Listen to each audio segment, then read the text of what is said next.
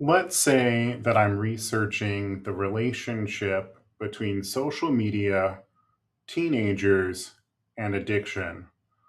From the library homepage, I can start with a traditional keyword search. I'll type social media and teens and addiction and hit enter.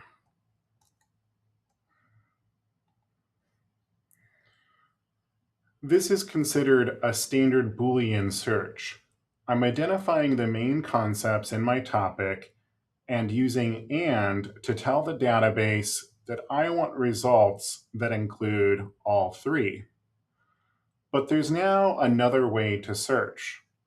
With our AI assisted search, I can describe what I'm looking for using a natural language question like, how does social media use affect addiction and addictive behaviors among teens?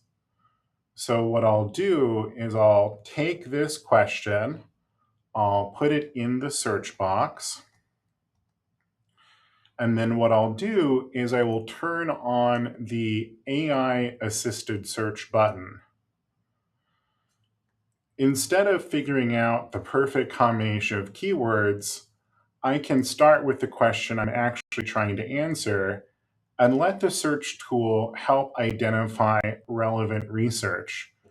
As you can see, it will also show additional ways that you might be able to phrase the question to find better results.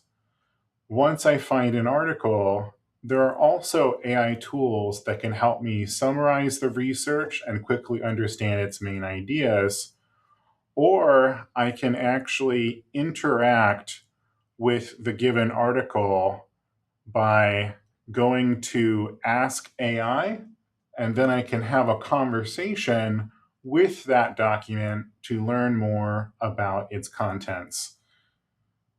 These tools don't replace reading and evaluating your sources, but they can certainly make it much easier to figure out where to start. So that's the two different ways that you can search for content using the Xano Library website. Thank you.